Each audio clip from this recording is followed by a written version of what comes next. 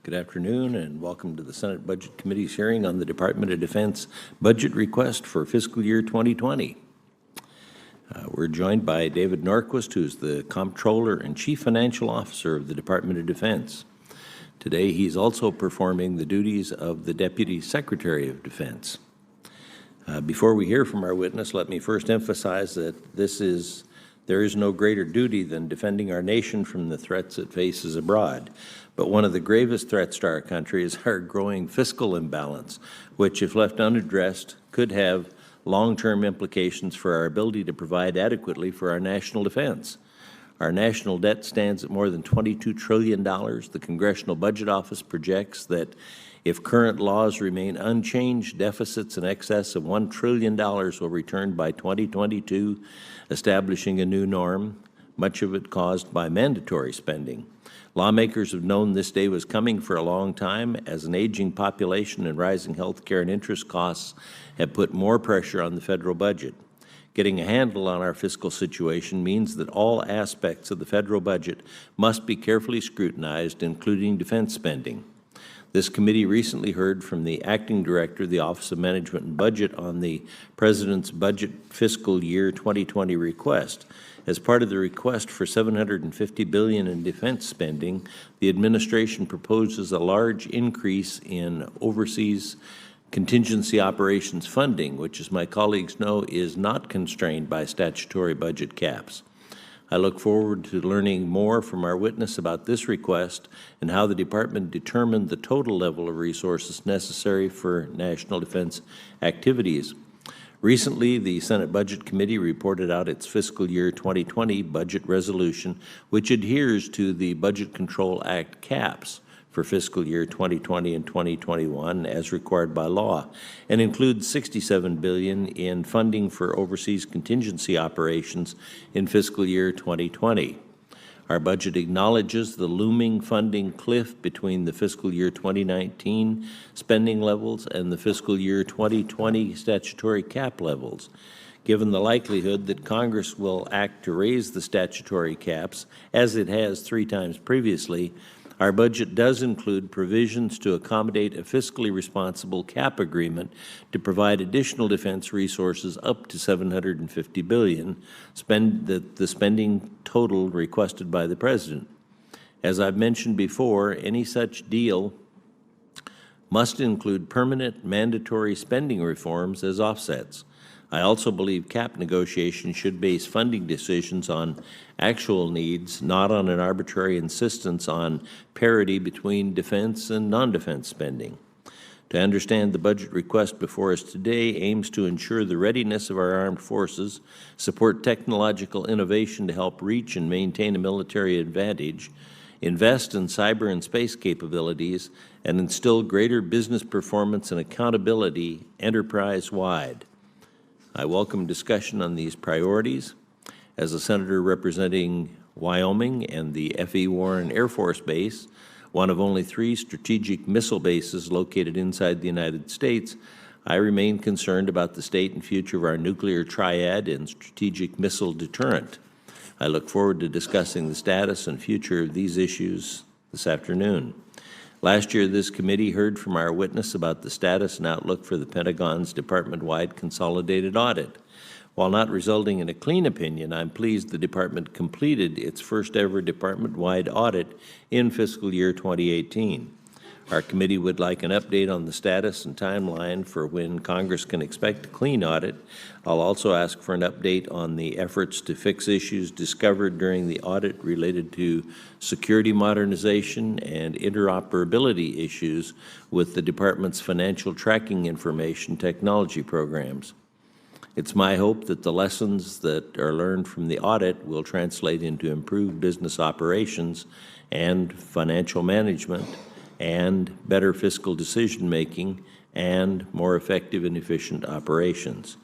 Congress has a duty to our brave servicemen and women, as well as hardworking taxpayers, to ensure that the hundreds of billions of dollars appropriated annually to provide for our defense is well spent. I thank our witness for joining us today and look forward to continuing our discussion. Senator Sanders won't be able to be here since there's no one else from that side. We'll go ahead and go to the testimony of the witness. Should have an introduction here. Copy the introduction. Thanks. As I mentioned, our witness this afternoon is David Norquist, who's the Comptroller and Chief Financial Officer for the Department of Defense, and today he's performing the duties of the Deputy Secretary of Defense. Mr. Norquist was sworn in as the Undersecretary of Defense, Comptroller, Chief Financial Officer on June 2nd, 2017, and serves as the Principal Advisor to the Secretary of Defense on all budgetary and financial matters, including the development and execution of the Department's annual budget for more than $680 billion. We appreciate your work and look forward to receiving your testimony on the Department's budget request for fiscal year 2020. For the information of colleagues, Mr. Norquist will take up to 7 minutes for his opening statement, and that'll be followed by questions under the usual procedure. Mr. Norquist. Thank you, Mr. Chairman. Chairman Enzi, distinguished members of the committee, I appreciate the opportunity to testify in support of the President's fiscal year 2020 budget request for the Department of Defense. I'd like to note that this isn't my first time in front of this committee. Last year, I testified on the DoD's first department-wide full-scope financial statement audit, and I'd be more than happy to answer any questions you might have. We have since completed that audit and have already initiated our second. I would like to also thank the members of this committee for your support for the Department of Defense. I look forward to working with you to ensure the men and women of the armed forces have the resources they need to execute their mission. The fiscal year 2020 defense budget is a strategy-driven budget. As described by the National Defense Strategy, the erosion of our competitive edge against China and Russia continues to be DoD's central problem. And to preserve peace, we must be prepared for the high-end fight against near-peer competitors. While counterterrorism will continue as a core challenge, in the future, conventional conflicts with other nations will likely be radically different than the short conventional wars we have fought since the collapse of the Soviet Union. The world has changed dramatically since then. After the first Gulf War, the United States reduced defense investments and restructured its military to fight violent extremist organizations, while China and Russia studied the capabilities that gave the United States overmatch in Desert Storm and built militaries to counter them, dramatically reducing our advantage. In recent years, China has fielded its first aircraft carrier, demonstrated the ability to shoot down satellites, continued to field short, medium, and long-range missiles, successfully tested hypersonic glide vehicles, and modernized and expanded its nuclear capabilities. As these developments indicate, wars of the future will be waged not just on the land, in the air, and at sea, but also in space and cyberspace. For example, we must anticipate multidimensional attacks not just against our military forces, but on critical infrastructure at home. In order to deter these future conflicts, we need a military capable of winning them. The National Defense Strategy is our roadmap to get there. At the beginning of 2017, the Department had suffered from unstable budgets and devastating sequestration cuts that had eroded readiness and exacerbated our challenges.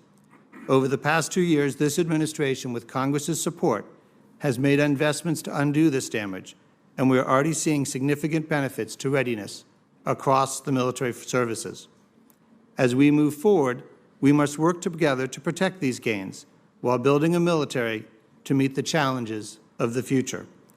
The President's 2020 budget request, $750 billion for national security, with $718 billion for the Department of Defense, executes the NDS by increasing our investment in 4 areas. First, sustaining our force and building on our readiness gains. Second, modernizing capabilities in the air, maritime, and land domains, including $14 billion to modernize and recapitalize all 3 legs of our nuclear triad, and $13.6 billion for missile defense. Third, developing our emerging space and cyber warfighting domains to include increasing our investment in space by 15% and in cyber by 10%. And fourth, accelerating innovation in technology such as artificial intelligence, hypersonics, autonomy, and directed energy. It is the largest RDT&E request in 70 years, the largest shipbuilding request in 20 years. It includes a 3.1% military pay raise, the largest in a decade, and it increases our total end strength by roughly 7,700 service members. All this with defense spending remaining near a record low of 3.1% of GDP, down from 4.5% in 2010, and at 15% of the federal budget, down from 21% in 2007. The stakes are clear. If we want peace, our adversaries need to know there is no path to victory through fighting us. Military superiority is not a birthright. Each generation must actively sustain it. I appreciate your support, and I look forward to answering your questions. Thank you, Mr. Chairman. Thank you. Appreciate you being here, and now we'll turn to questions, and we'll do that in the usual format of those who are here at the turn of the gavel, but alternating between the two sides. And I'll defer my questions until later because I'll be here for the whole hearing. So, Senator Perdue. Well, thank you, Mr. Chairman, and I guess Secretary today. Thank you for being here again. First of all, I want to call out that under some of your predecessors had told this committee over the last few years that an audit was virtually impossible because they didn't have the systems, it was too large, it was too complex, and therefore that was why over 30 years we have not had a DOD audit. And I want to applaud you guys and your teams that November last year you gave us the first ever audit in the history of the United States, so thank you for that. And then there are findings, and I have two questions related to that. It's evident from that 18 audit that there are some deficiencies identified, in various parts of the defense organization, but some of these include failure to monitor sensitive user activities, access rights not being restricted based on work responsibilities, user access not being terminated in timely fashion after employees left the organization, and lack of controls to identify unintentional and unauthorized changes to applications or database. Some of these are not necessarily financially related, but they are security related, which is also included in the audit. What efforts are you and your department and the new CMO undertaking to address these deficiencies? So as you rightly point out, one of the advantages of the audit is that while it's focused on the financial, it extends well into our financial systems and our other business supporting system, logistics and others. And it was our single most common finding was related to IT systems. And of particular concern to us were those IT security ones that you've just described. So what we're doing is we're working very closely with the CIO. We have regular meetings with each of the service CIOs as well as their financial management folks to go through the issues, the Notice of Findings and Recommendations, the NFRs issued by the auditor, to ensure that they've developed corrective action plans and have come with tools to remediate them. Now, not all systems are the same, so I look to the CIO and others to prioritize what are those vulnerabilities are the most serious and what require the most urgent action. But we are going to carefully track the closure of those and work with them to address those issues. Good. In that light, you noticed in the report are a lot of shortfallings, and part of that is an outline of corrective action plans and they're developed to address the notifications of recommendations and findings, NRFs and CAPs. Correct. The Army right now is a ratio of 1 CAP for every, I think, 3.3 NRFs, and the Navy has a corrective action plan for every notification or 1.7 notifications of recommendation and findings. As a business guy, I know it takes coordination, and this is a very complex organization. Are you guys, give us an update on how that coordination is going between the services and your fight to eliminate the redundancies, not only in expenditures, but also in these corrective actions? So what we've done is we first set up a database in advance of the very first audit. One of the lessons learned I brought from being CFO at Homeland Security was it's going to be very hard to know progress if you don't track this. And so we set up a database at the very beginning where all of those findings, as you mentioned, are loaded into the database provided to us by the auditor. So this isn't our evaluation, it's their description of our challenge. We got all the services to agree that we'd record it there, and the services have begun recording their corrective action plans in that database. Now, in some cases, you have one corrective action plan for finding. In some cases, all the same findings need the same solution, so you have a combination. What we've done in order to increase the efficiency in the department is we'll have a set of meetings just on the IT findings with all the services and their CIOs to look for what are the common issues. And segregation of duties, the ability to access, is one of those cross-cutting challenges about user identification. We have a second one just on facilities and inventory, the logistics aspect, and our assistant secretary and our undersecretary's office for that comes and attends those meetings.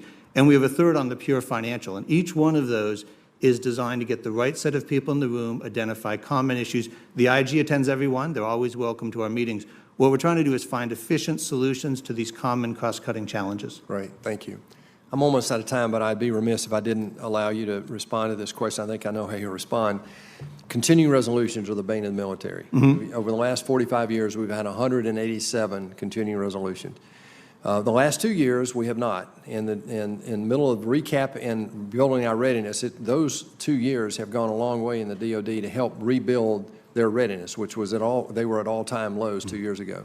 Can you help us understand in the committee here? I know it doesn't have that much to do directly with the budget, but it does, because inherently built in here are additional costs that are incurred because traditionally we've had so many continuing resolutions. Can you speak to that and help us understand how damaging those are, continuing resolutions? Absolutely. One of the challenges you have with the continuing resolution is, first, you can't do new starts and you can't increase production quantities. So even when Congress has directed us, increase your investment in hypersonics, increase your production of this asset, we can't. One of the challenges, it used to be a lot of activity, a lot of those initiatives were started in the fall. So many CRs have occurred that a lot of those naturally moved to the spring. Which is the beginning of the new fiscal year. Right. And so they've moved them 6 months. So effectively, we've built in a 6-month delay. So even when we want to move out on a new technology, the system is now so used to waiting that it builds the 6-month delay in. And that's telling the bureaucracy to go slower is not one of the messages we want to be signaling. So when Congress enacts it on time, the stability that provides to military families to be able to understand and project, the stability it provides to a depot or facility that works on providing services where they get paid for that, all of those things have a benefit through the cost and efficiency of the department, as well as the disruption it creates politically with Congress and everything else. But it really is a huge improvement, and it's been a major factor in our readiness. Yes, sir. Thank you. Thank you, Senator. Senator Wyden. Thank you very much, Mr. Chairman. Mr. Chairman, thank you for holding this hearing. This is an important subject. Mr. Norquist, I'm just going to call you Mr. Norquist because I gather you have multiple titles now, and acting this and DOD Comptroller. Look, you have certainly exceeded your predecessors with respect to this audit situation. The department, under your management, went under audit for the first time in its history. Good thing. As you know, I've been calling for this a long time, and obviously there's a long way to go here. I asked you last year when Oregonians ought to expect clean opinions, and you said at least 10 years. Is that still your opinion? So I would clarify that by saying, if you're looking, the department's audit is broken into 24 pieces. Several of those already have clean opinions. I would expect others, Army Working Capital Fund or others, to start to get clean opinions in the next 3 to 5 years. The department as a whole won't until every single organization does. So it may be faster than 10, but we're going to end up getting it at the rate of the slowest of those 24 audits, and that makes me cautious about predicting when the entire department gets a clean opinion. So it would be fair to say you think a fair amount of the audit work will be completed in 3 to 5 years, but you're not going to go beyond that because of the fact that some parts of the government are going to take longer. Correct. Great. Okay. Why shouldn't the Congress withhold funding from parts of the military that fail to get clean audits more expeditiously? So I think the important thing is that the funding the department receives should be based on the requirements. The size of the force that Congress thinks is appropriate for the mission we perform and the salaries to pay it. We believe that that's, if the mission is increased, the funding should be increased. If the mission goes down, you do it accordingly. The audit is part of our responsibility to be good stewards, and we need to do that whether or not the budget is going up or down based on the military requirement. Now, you've had a year of audit data under your belt. In your view, what part of the Defense Department, as of today, has the furthest to go in terms of passing a clean audit? The furthest to go would be the three large services, and that's partly their size and their scope. And they have made progress, but they're the ones the furthest. The ones who made it over the line the soonest, for example, the Corps of Engineers already has a clean opinion, so if you see them, give them kudos. But the three services will probably take the longest. Boy, that is a pretty expansive territory. Can we narrow it a little bit to Sure. get a sense of something? In other words, if I stood up at a town hall meeting this weekend where people asked me these kinds of questions, I said, I asked Mr. Norquist, and he's been constructive and positive, and he's working on this. Which part of DOD has the furthest to go? And I said, the three services, people would say, what the heck does that mean, Ron? Can you give us a little bit more of a... So each of the services actually is broken into two audits. So the Army has a general fund and a working capital fund. The working capital fund looks like functions like a business. It takes in revenue and expenses. The general fund is the side that's funded with appropriated. Within each of the services, I think, for example, that if I have it right, the Army Working Capital Fund may get to a clean opinion before the Army General Fund. So even within the services, there'll be a piece of them that gets to a clean opinion sooner. But what we do is we send a ranking report to Congress where and I will provide you a copy, where we rank them based on how far along we think they are.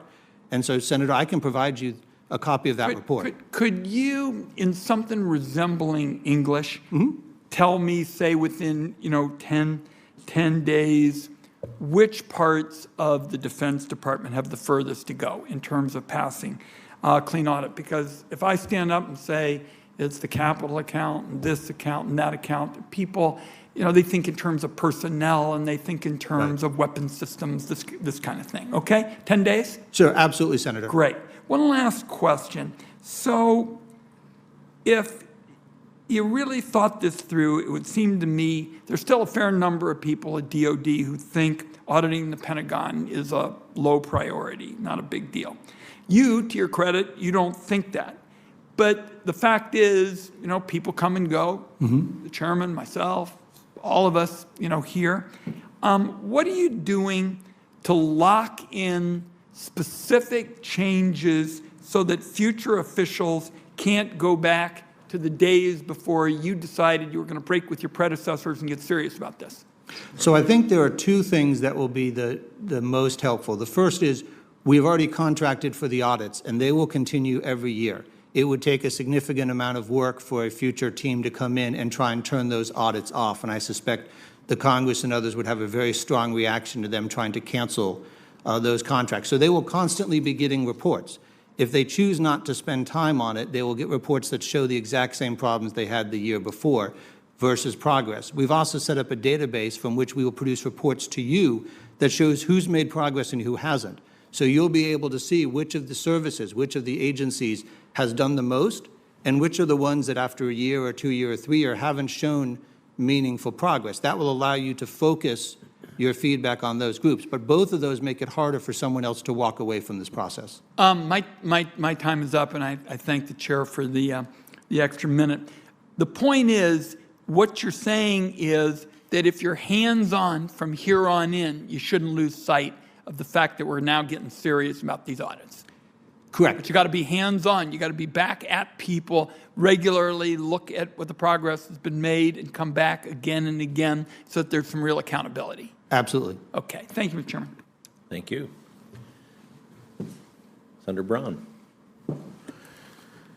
Thank you, Mr. Chair. I want to echo what the chairman did say earlier, that in my opinion, the bigger picture is that regardless of what the Defense Department wants and regardless of what many want on the domestic side, I don't think we've been in a more perilous point as a country financially when you are doing all of this, regardless of the arguments that you're making or the arguments the other side is making, when it's in the context of running $850 billion deficits. The thing I fear the most, and I think that would make more of an academic discussion on either point of view is the fact that we're reaching, to me, a perilous tipping point that we've got to be careful about the big picture. And anything that we do here, I think, can't dismiss that as far out as you can see, we don't have anything really addressing in a serious way. Our budget process is devolved to where it is continuing resolutions. And I think the reason we've not yet addressed it is due to the fact that we've not been accountable for it and felt the pain of it. I want to focus on something you said earlier, aircraft carriers. You mentioned that the Chinese have just invested in and building their first aircraft carrier. Is that true? Correct. And then how many aircraft carriers do we have? Roughly, because I don't expect you to maybe know exactly. Maybe you do. About a dozen. About a dozen. Okay. How many aircraft carriers does Russia have? Depends on the size. I'll have to get you that number for the record. Would it be closer to 2 or 3, half dozen? Not on the same scale as we do. Okay. And then how many aircraft carriers would there be among the entirety of the EU, including Great Britain? Typical countries have either one or two if they have one at all. Okay. So that's maybe, of course, not going to be representative of forces being ready and so forth, but I'm also looking at the trend of spending on defense. And now that we have drawn down from the Gulf Wars, you know, basically, if you take the hump out that was there during the peak of them, you know, it's been somewhere around 3 to 3.5%, maybe 4. I would argue that that's probably the baseline we need to look at. And wanting your opinion on what you see the EU doing in terms of their share, which I love the president bringing that up as a topic. Do you think they should do more? And for those of us that don't know the particulars, what are they doing? So there's a couple of good points you brought up, Senator. Let me address them. The first one is you talked about GDP somewhere between 3 and 3.5%. Yep. Currently, we're at about 3.1. If you look at the numbers we're projecting in the out years, that will actually start to drop a little bit before 3%. Part of that is this administration understands and shares your concern that security and solvency are tied together and that you need to have both. And so we want to have a strong defense. We need to be recognized that that's tied to the strength of the economy. And as the economy grows, that's even better. Defense takes a smaller share of GDP. We're down to a smaller share of the federal budget. As long as we can perform our mission, that's goodness in terms of trying to help with the other issues you've talked about. With regard to with NATO and our European allies, there's about $41 billion that they have increased on their spending as a result of the actions taken over the last several years. We expect that to go up to about $100 billion. So we've seen them respond to the request for in terms of additional expenditures? Additional. Okay. And what is that on? How much in total currently? It raised $41 billion, and it's intending to go up $100 billion. What is their baseline? I'll have to get you the baseline for that. That'd be interesting to know, because I think collectively it's a larger economy than ours when you throw all of theirs together.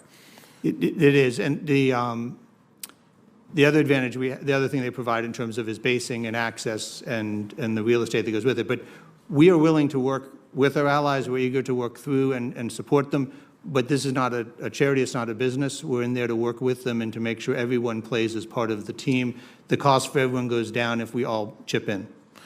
I think that'd be good to, push that proposition. I know when I was running, there was a continuing resolution that did re-energize the defense sector. I think taking it from, where was it, in the high, like $590 billion, and added almost $100 billion to those, to the expenditures. And I now see where we're wanting to go.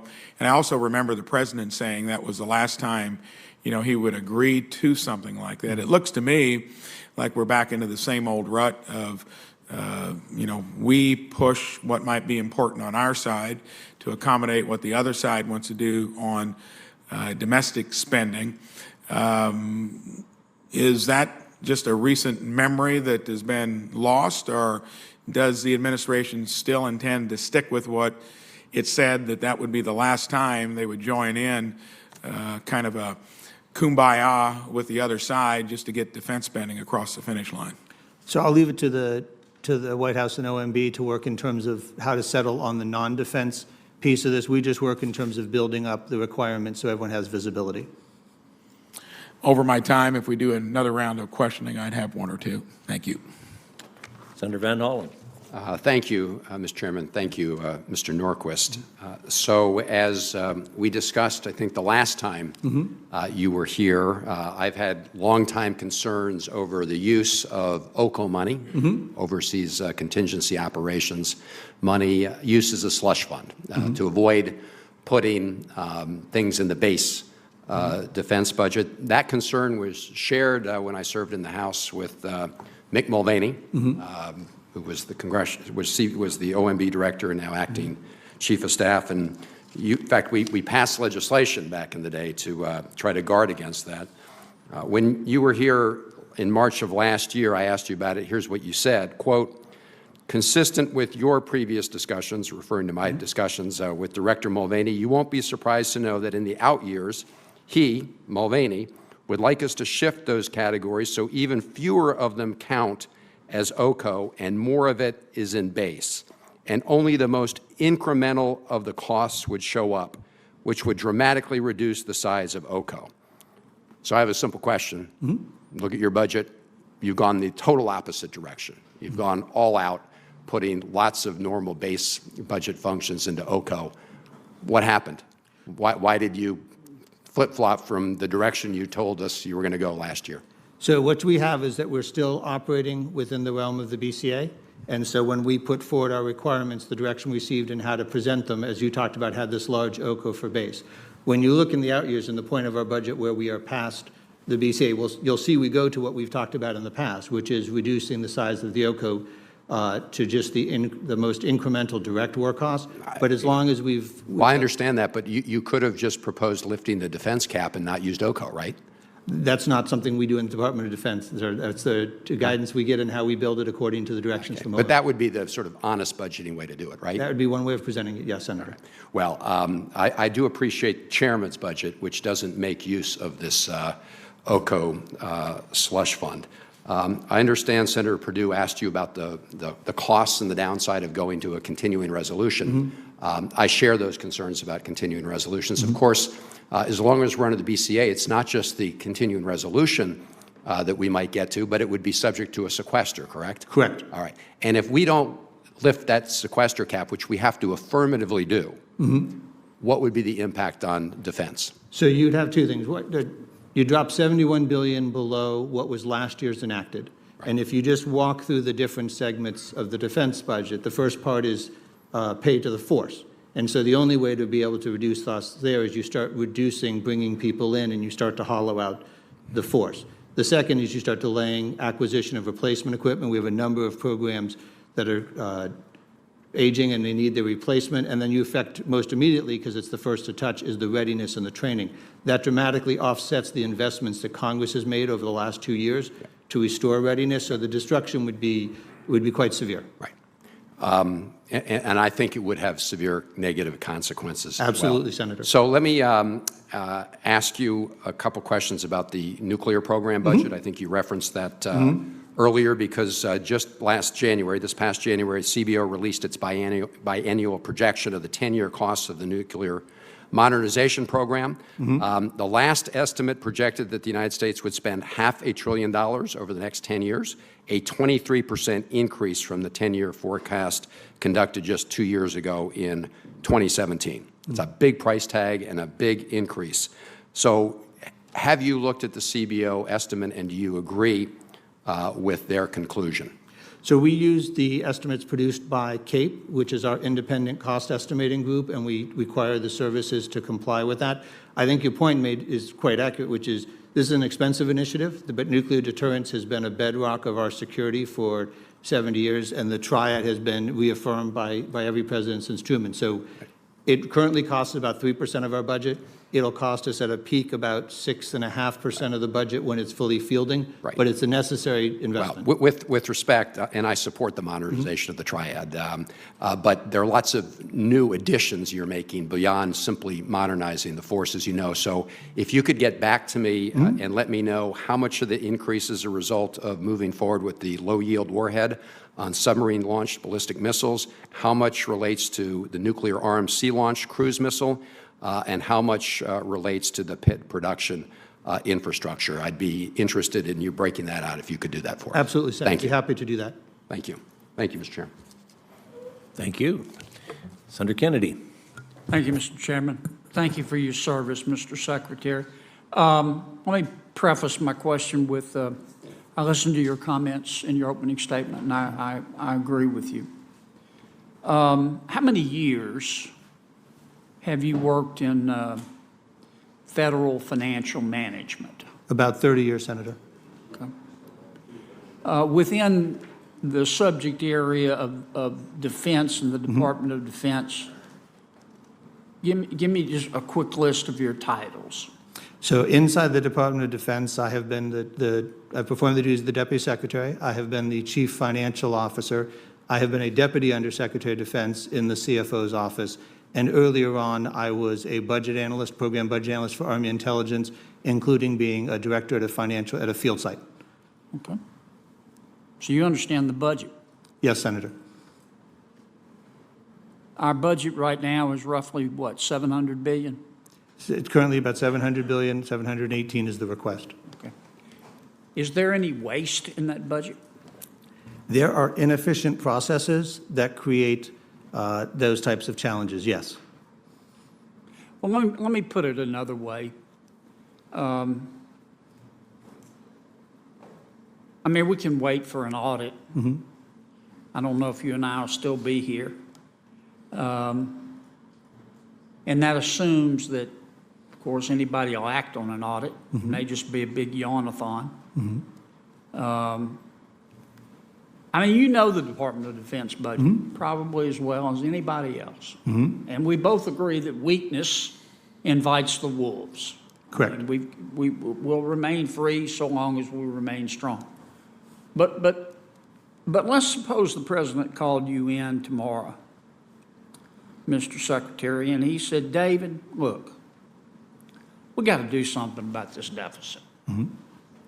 I'm not looking for an audit. We don't have time. I'm not looking for, a committee meeting. I'm not looking for politically correct statements. You know this budget. I want you to, before I add money to this budget, I want you to go into the Department of Defense budget and find me $35 billion that's being wasted. You can do that, can't you? I could find the types of programs, and we are finding the types of programs that if you change the way we run them, we will save billions of dollars over time, yes. So why, and could you do that at the Department of Homeland Security, where you also worked? We could do that at the Department of Homeland Security. It was a little harder because the agency had just been stood up at the time. I understand. So why don't we do that? So we are doing that. One of the challenges as you go to implement these is some of those reforms take time. Some of those reforms upset somebody who has an interest or function in an area. But there are changes underway, and I'll talk just to give an example. Some of it depends on the better data that we get through the audit. When we buy things, for example, just pick, and some of these, the challenges, they're micro examples, but they add up. Before we get to specifics, Mr. Secretary, I want to stay on process for a second. Because this is something we really don't talk about around here very much. We certainly don't do anything about it. CBO says that, I know everybody says, well, the problem is mandatory spending, but CPO says that discretionary spending is going to grow 3% a year for each of the next 10 years. I mean, that's not as much as mandatory spending, but that's not chopped liver. And I suspect there are people like you, and you could probably name another 20 people you've met through your career who know where the waste is. You can call it inefficiencies if you're more comfortable doing that. I call it waste.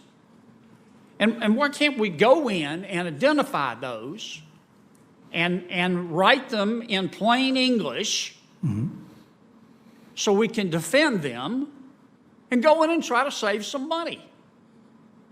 So there are individuals who do exactly this, and they identify areas for reform, and they put together plans that will do them. And the challenge is it takes time and it takes support. I mean, just think about how many years the Congress was pushing on the audit to get it to go forward, but you needed that process underway. Just to give an example, and there are places where we have changed the process, and usually what you find is it's a process where we have layered it down with oversight and controls that are well outside the cost of the function itself. So we used to do contracting, and even the smallest transaction went through a full contracting process. When we switched to having a certain set done through the equivalent of credit cards, let me stop you, up Mr. tons of Secretary, money. because I'm going to go over here. I don't understand why, though. I'll be quick, Mr. Chairman. This isn't directed at you, but you can't use bureaucrat speak. I don't know why the president, you and your colleagues can't go to the president and say, Mr. President, here are 10 government programs that you can explain in English in one paragraph that we can live without. We're better off saving the money and spending it over here, as opposed to the study and the reform and a committee meeting. Well, you get my point. You know, every major corporation knows how to modernize and downsize, or they die. And we need to try it. So, for example, the Army this year did what it called night court, where they brought in each program. They eliminated $2.5 billion worth of programs and reinvested that in higher priority areas. So they are going on. They often don't get the attention, but it's the process of identifying lower priority projects and stopping them, or in some cases, fixing the process and reinvesting in the higher priority activities. Thank you. I'm sorry I went over, Mr. Chairman.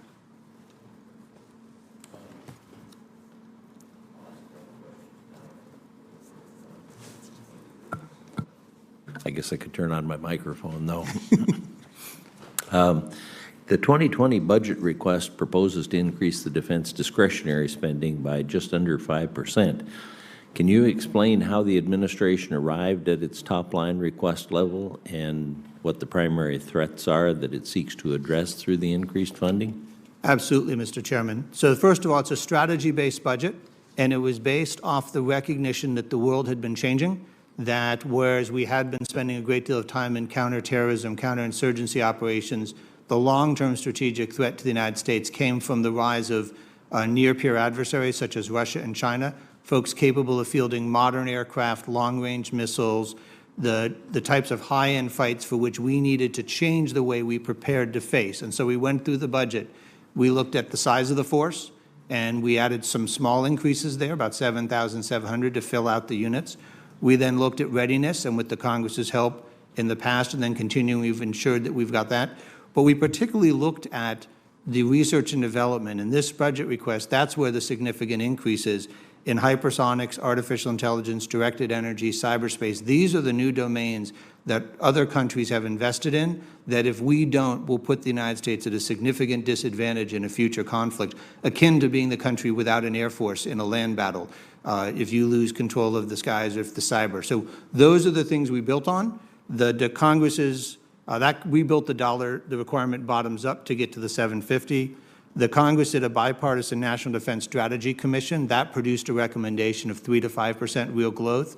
We're close to, we're a little under their recommendation, but it gave us a point of comparison. But it was a strategy-based budget based on the change to the high-end threat. Thanks. Something that I've always wondered about is, you know, how long does it take to build a ship?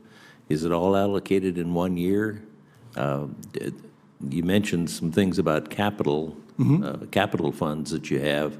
Can you explain briefly to me how that works? So most of our ship programs, the cost of the ship, for instance, the destroyer, is put into a single year, and that's the year we count as the year we purchase the ship. In some cases, there's a year before where we do a small amount of advanced procurement, and those are for long lead items that you want to have ready for when you produce the ship. Some assets are sufficiently large, like a carrier, that you can't put all the money in one year without horribly distorting the budget. And those are spread over 5, sometimes a few more years, as a way of incrementally funding the larger asset because of its disruptive effect. The only other exception is the first year for research and development. Often the first ship is not bought at a single time. It takes several years to build ships. The larger the ship, the longer the timeline. I've been pushing for capital budgeting for a long time. I found out that we don't even know what we own, let alone how old it is and when it needs to be replaced and what the cost of the replacement would be versus the cost of repair. And I think that's the case with the armed services as well, isn't it? It is, though. With the audit, we're getting valuations on our plant, property, and equipment. We're $2.6 trillion, and so we can. And the auditors are testing that for accuracy and completeness. And so each year you're going to get closer and closer to being able to make those types of choices if Congress wanted to do that, Chairman. I'd like for all of the federal government to do it, not just Department of Defense, but you make the best example because an aircraft carrier can't be built in 1 year. Some of the submarines can't be built in 1 year. I suspect that many of the ships can't be built in 1 year. That's correct, Mr. Chairman. And I've always wondered what happens to the money that when you're building a ship and it can't be done in 1 year, what happens with the extra money? So what happens, Mr. Chairman, is they will say you have a ship that costs $1.6 billion. Congress will authorize and appropriate that 1.6, but it'll give us 5 years to put it under contract and another 5 to make payments to the vendor. So that gives us time to negotiate the contract, monitor the progress, and make payments. The money stays at Treasury the whole time, so until it goes out the door as a valid payment to a vendor, it stays in the Treasury. I wish. I'm still trying to figure out what to do with trust funds in the United States so that there's actual money there, which will affect retirements at some point in time. And my time's almost up. I have some more questions, but I'll let Senator Brown ask some more first. Thank you. So I think we've heard today that we're discussing all of this in the context of a dire budget trajectory that I really believe is the most important thing that we need to get a grip on here, because I think everything else kind of comes from it. I think we do need to ask our allies to carry their fair share, like the administration at least talking about it where others haven't. And I think Senator Kennedy is right on that, especially across government and maybe even more so within military, find efficiencies. One point I think that is also true, and it's hard to quantify what's looming, and the Chinese economy I think is maybe 65% our size. They're building their first aircraft carrier. I think they're really out there leading on stuff that we have not been maybe focusing on in the technological realm. My question is going to be, where do you think they're going?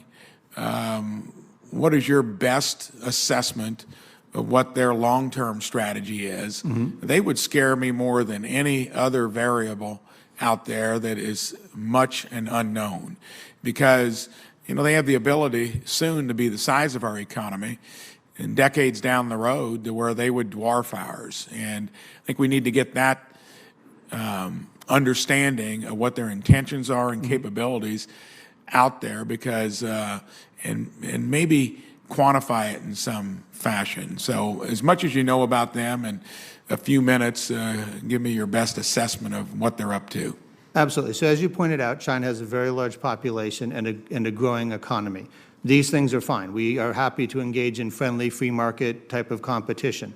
The challenge is that the Chinese have done two things. One is it's an authoritarian regime that does not provide the freedom to its population that other countries do. The Vice President has spoken passionately about the challenges that creates. The other is they're not competing in the way that the rest of the international community does. Their actions in the South China Sea, occupying islands without recognizing the freedom of the seas or without working through that with the dispute over control of those types of actions raise a concern that rather than simply just being another country with a sizable economy, you have a country whose attempt is to disrupt the free trade, the free markets, and the systems, and to not play by the same rules as everyone else. That is very disruptive. That can be very destructive. Our goal in the long run is to not have a conflict. We want competition, but we do need countries to participate and comply with the international free trade and other rules to be able to have that type without impinging on the rights of other countries. One final question. Do you feel through our intelligence that we will have plenty of heads up on the things that they are doing to where none of this would sneak up on us, in a fashion that we wouldn't be prepared? What's your confidence level there? So I have great confidence in the intelligence community, but I think even the intelligence community would say that if you're counting on not being surprised, you're making a mistake. That we always have to allow for the fact that there are things we don't realize, and we have to be prepared for those types of surprise challenges. We've run enough of those in the course of our history that you want to make some allowance in your planning to not be taken by surprise. I think that's a good point of view. Thank you. Thank you, Mr. Senator. Thank you. We've talked a lot about the audit and some of the difficulties with it and the timeline for it, but I want to ask maybe a more basic question than that. How has the financial audit improved the processes of the department and helped identify waste, fraud, and abuse through the enterprise? Judging from the results, would you say the department spends money wisely and judiciously, and what have you learned from it? So we've had a number of improvements already as a result even of the first-year audit. One of the areas that we made a priority was inventory, and the services have been going out and doing 100% inventory, what we call book to floor, floor to book, is what's in the system, what I have in the warehouse is what's in the warehouse in the system. The Navy has recovered $80 million worth of equipment that it had that was not recorded in its inventory, and so it's moved it back in. That makes it available for them to use, so they don't have to go and buy it, so that saved them $80 million. The Air Force at Hill Air Force Base had uninstalled missile motors that were incorrectly labeled as unserviceable. As part of the audit, they check the condition of the equipment, and this condition was in fact serviceable. That was $53 million worth of engines that were available to the Air Force.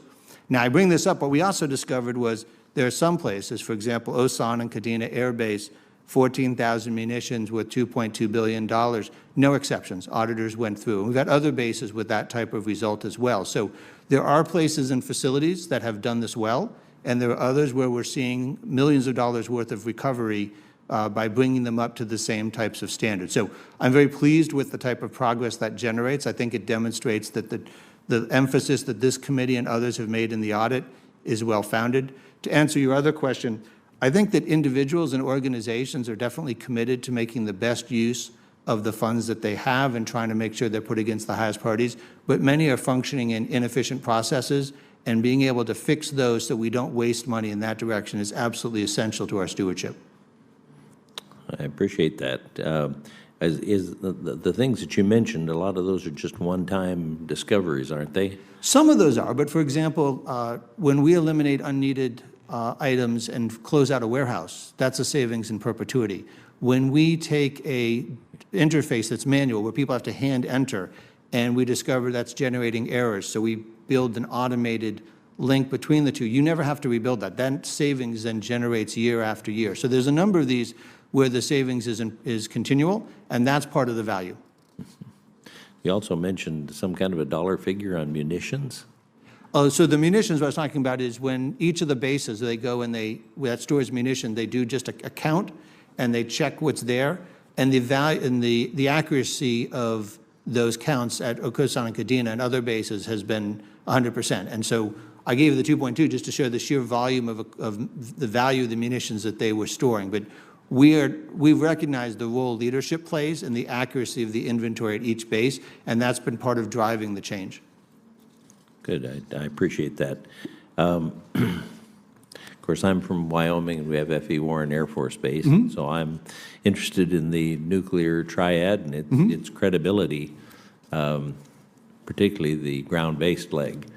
How important is it to pursue a strategy to modernize all three legs with the corresponding updated command and control structure? It is absolutely essential. The triad has been an important part of our strategic deterrent. The fact that we have three different ways of delivering nuclear weapons greatly complicates an adversary's planning.